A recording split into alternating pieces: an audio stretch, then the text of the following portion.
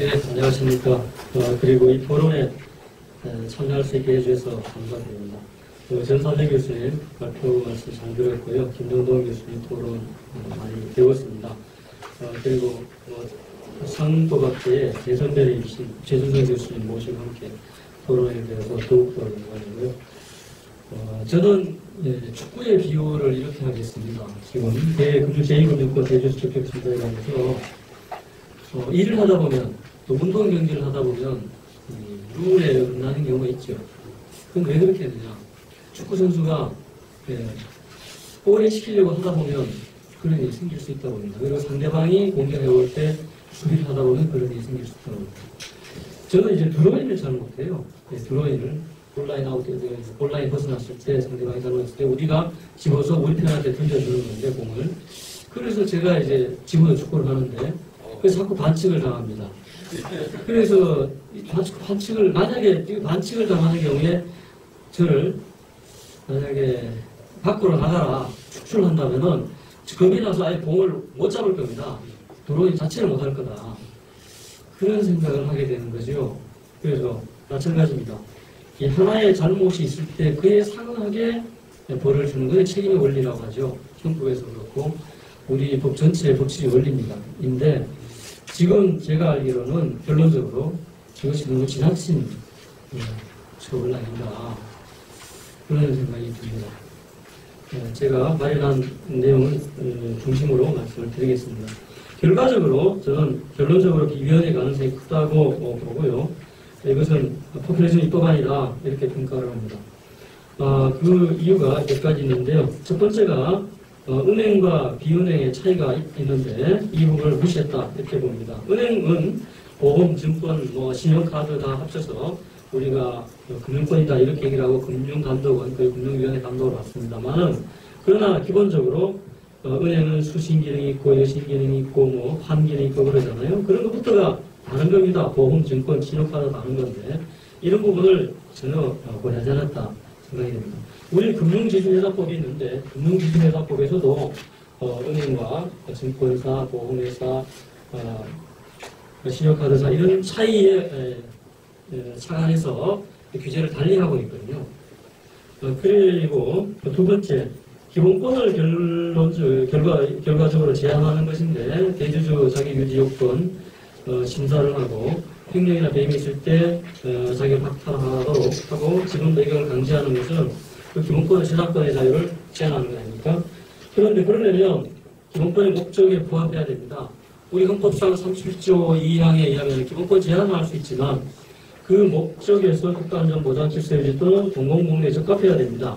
그런데 국가안전보장이나 질서유지는 아닐 테고 공공복리를 위한 것일 텐데 입법 안에는 그런 내용이 없지만 그렇다면 그런데 공공복리는요 국가안전보장이나 질서유지보다도 엄격하게 제한적으로 해석이 돼야 되는 거라고 봅니다. 그리고 또 이런 사적으로 권리이익이 심각하게 제한된다면은 그를 충분히 정당화할 수 있는 공공의 공익이 훨씬 더 커져야 됩니다. 그런데 그런 것이 보이지 않는다고 하는 판단은 좀. 그리고 세 번째입니다. 기본권을 제한하기 위해서는 필요성이 있어야만 됩니다.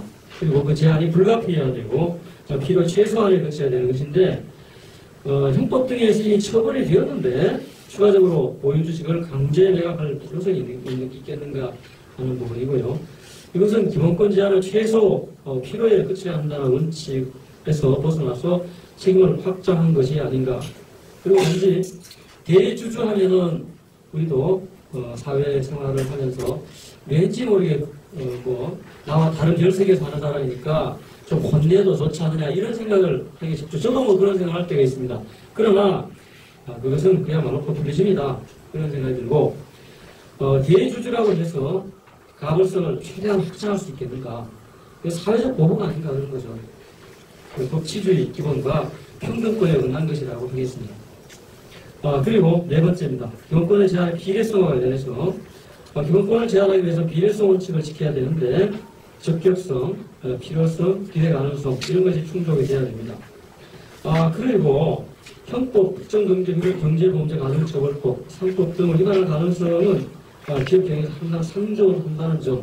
이것은 저도 기업을 경영해보진 않았지만 충분히 상상할 수 있는 말입니다. 그래서 과실범이 아닌 고의는 물론 횡령이나 배임은 고의지요. 거기에는 과실범이 없습니다.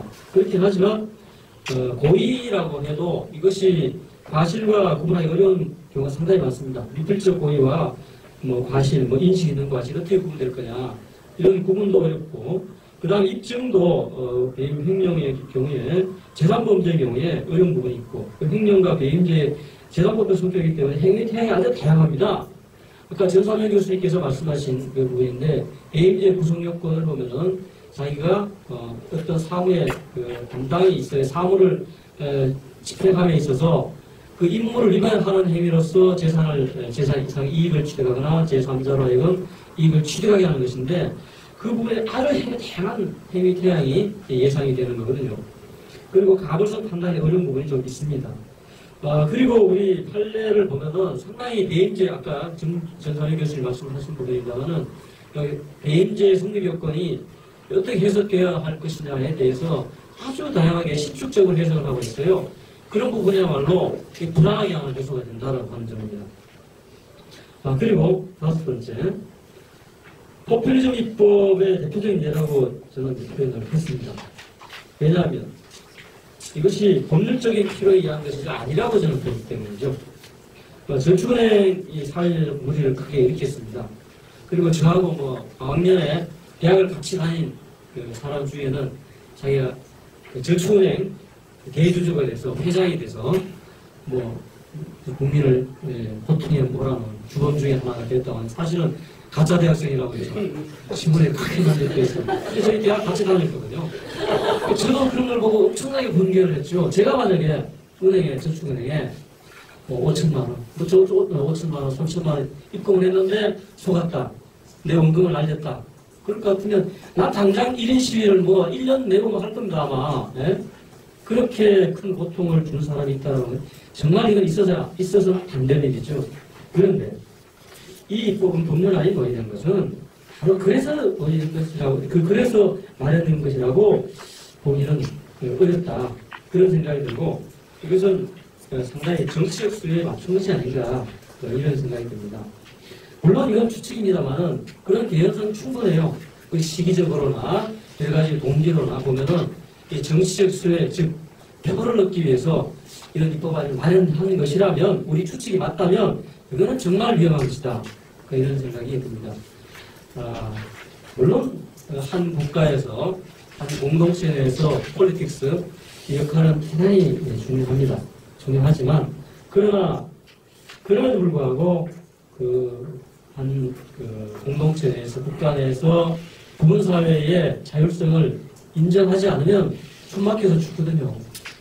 여기 대학이 있지만 대학도 마찬가지입니다. 대학도 정치권의 필요에 의해서 대학을 좌지우지한다면 우리도 영어 못합니다.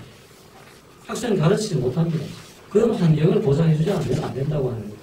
뭐 기업은 제가 잘 모르긴 하지만 기업도 그렇지 않겠냐 이거지요. 그리고 정치에 의해서 법치주의 기본과 국민경제가 기생되면 안 된다는 것이고요. 우리가 뭐 선거를 하면 뭐 국회의원선거도 있고 대통령 선거도 있고 여러 가지 선거가 있습니다만은 가장 우리는 대통령 국가니까 대선이 뭐 제일 중요하다고도 말하죠. 근데 시선돼서 몇 년 갑니까? 5년 가죠. 주기를 5년으로 잡는다 치죠. 네? 대통령 선거에 의해서 출렁거리는 정치적인 주기를. 그런데 우리 경제 문제는 5년 주기가 아니잖아요. 우리는 먹고 사는 문제, 국민 경제는 주기가 없이 일관되게 나가야 한다는 거죠.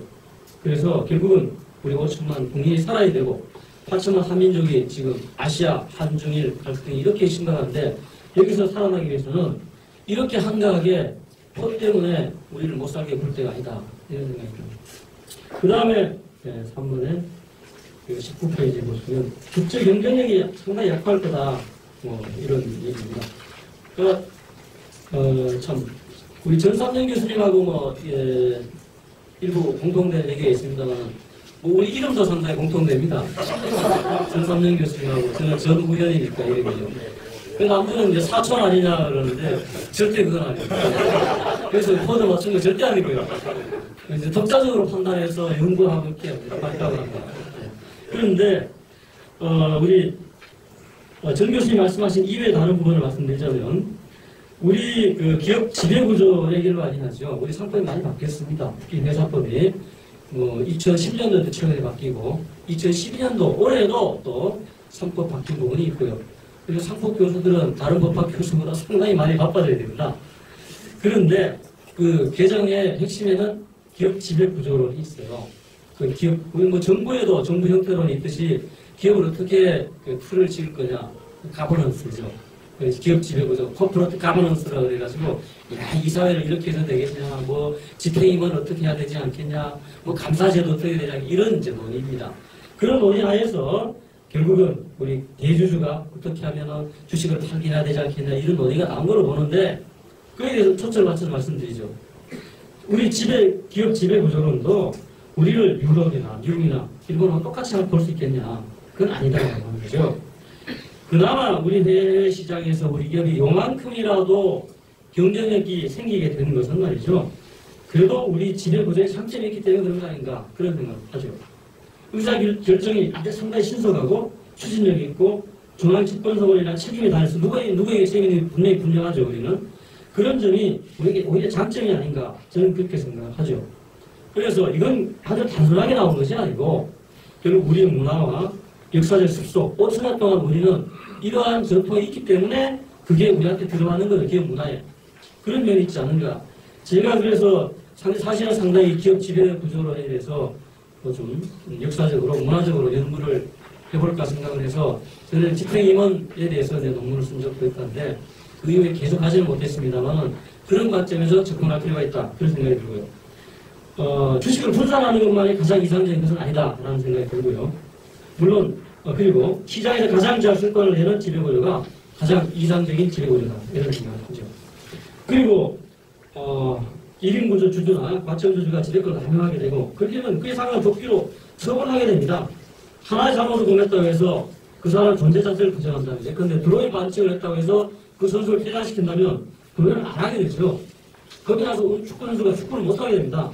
자, 그렇게 된다면 우리 회사도 마찬가지로 경영이 위축되고 회사 설립을 누가 하겠냐.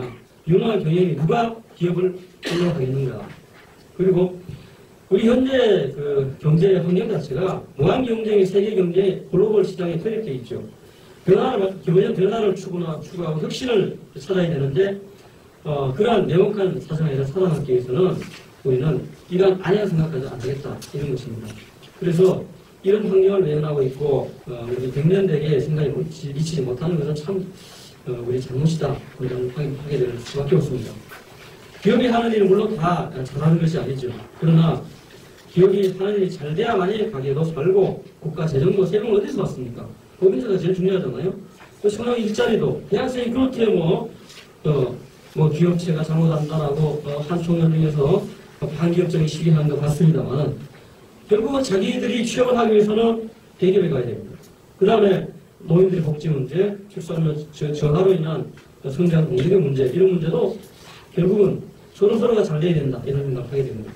그 다음에 외국 자본의 침탈 구조 이 부분은 아까 말씀드린 부분이고 다음 페이지 20페이지로 가겠습니다. 국제적 경제 위기 극복 노력에 정면으로 배치된다고 하는 이런 부분도 아까 이어서 하는 이야기입니다. 살아남기 위해서는 국제 경제 위기 극복하기 위해서는 국내 시장 구조를 튼튼하게 해야 될 테고 기업가가 자신감을 갖도록 해줘야 할 것이다. 저는 상법을 가르치면서 상법의 이념 부분에 대해서 기업의 존속 유지를 보장해야 된다. 그 다음에 기업 소멸을 방지해야 되고 그런 이야기를 합니다. 상법 전 이념이 다 그렇게 돼 있어요. 그래서 열심히 하는 사람에게 박수를 보내주자 그런 겁니다. 물론 잘못하면 혼내주자 이거죠. 상법이라고 해서 다 기업가 하는 데서 박수를 보내자 이런 건 절대로 아닙니다. 상법에도 특별 형법이 있거든요. 처벌하는 규정이 있습니다. 엄격하게 자를 들이대서 위협하는 행위가 있으면 그에 상하게 책임을 묻자라고 하는 것이죠. 그것이 바로 자유민주주의고 우리 사회가 건강하게 가는 길이 아닌가 그런 생각을 합니다만 지나치게 사람을 처벌하는 것은 잘못됐다 그런 생각이 들고 그 다음에 결국 우리 경제는 우리 5천만이 먹고 사는 위대한 가게다 그런 말씀을 드리고 싶습니다. 정치는 여러 가지 힘겨루기도 있고 그러다 보니 제로셈 게임이죠. 하나가 얻게 되면 다른 사람은 잃게 됩니다. 그렇지만 경제는 그런 게 아니다 이거죠. 우리 경제는 윈윈할 수 있습니다. 나도 먹고 상대방도 이익을 얻고 가능하죠. 그것이 아담 스미스에 의해서 뭐 교환 경제에서 나왔고 지금 현재 세계 경제도 마찬가지입니다. 우리 한국 경제도 마찬가지죠. 그런 면을 간과할 수 없다. 그런 생각이 듭니다. 그러니까 정치가 경제를 휘두를 수는 없다. 마찬가지죠. 경제가 정치를 휘두를 수 없는 건 마찬가지입니다. 경제인은 경제를 하고 정치인은 정치를 하고 그래야 한다고 보는 거죠.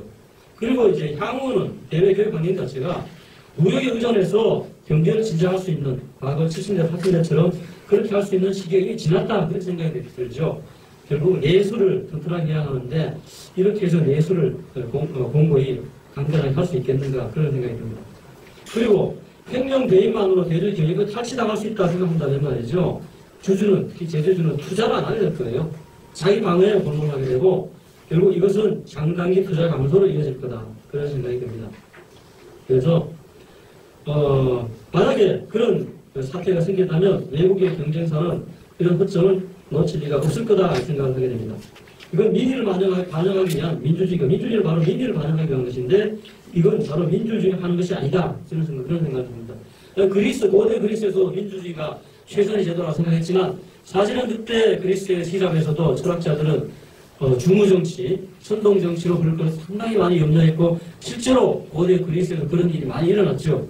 실제 한국 현대 대한민국 안에서도 민주주의를 빙자한 포퓰리즘이 상당히 있다. 저는 그렇게 생각합니다. 그리고 분배를 위해서도 성장과 분배는 다 중요하다고 생각하는데 분배를 위해서도 현재 경제민주화원에서 나온 법안 대체로 좀 바람직하지 않다. 그런 생각을 하고요. 오히려 분배와 복지를 악화시킬 수 있는 요소가 많이 있다. 그런 생각을 합니다. 그래서 표를 중심 대중의 혀를 즐겁게 하는 사탕을 약속하는 것이 아니다. 오히려 장기적으로 전체 5천만 국민의 대를 불리고 근육을 키울 수 있는 쌀과 고기를 약속해야 하는 것이 이것이 정치가 해야 될 일이다. 그런 생각입니다. 그리고 현재 견제 장치를 충분히 활용하더라도 대주주가 비리가 있다면 충분히 억제할 수 있고 처벌하는 것이 가능하다고 보죠. 그리고 보호법이나 그런 점에서 보호법이나 자본시장과 금융투자에 관한 법률을 보면은 견제 장치가 충분히 마련되어 있습니다. 보호법을 먼저 보죠. 보면 헌법 13조에 보면 임원의 자격 제한, 14조에 임원의 경직 제한, 그리고 15조에 사회이사의 선임, 그리고 16조에 감사위원회 설치, 내부 통제 기준의 설정, 소수 주주권 행사, 대주주와의 거래 제한, 대주주 등에 대한 자료 제출 요구 이런 것들이 규정이 되어 있습니다. 비슷하게 자본시장법에서도 금융투자업자의 지배구조와 건전 영역 유지를 규정하고 있고 대주주에 대한 견제 장치가 상당히 마련하고 있습니다.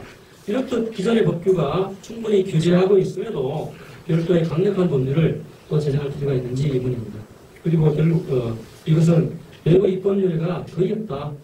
우리나라에만 존재하는 독특한 입법안이 아닌가 그런 생각이 듭니다. 미국의 경우에 영국의 경우에 제가 예를 들었습니다만 보험법에 관련해서 뉴욕주 보험법에 그 영국법에 비슷한 규정이 있습니다만 우리와 같은 이런 규정은 없습니다. 그래서 결론적으로 이런 입법안은 해결해야 마땅하다 그런 생각입니다. 감사합니다.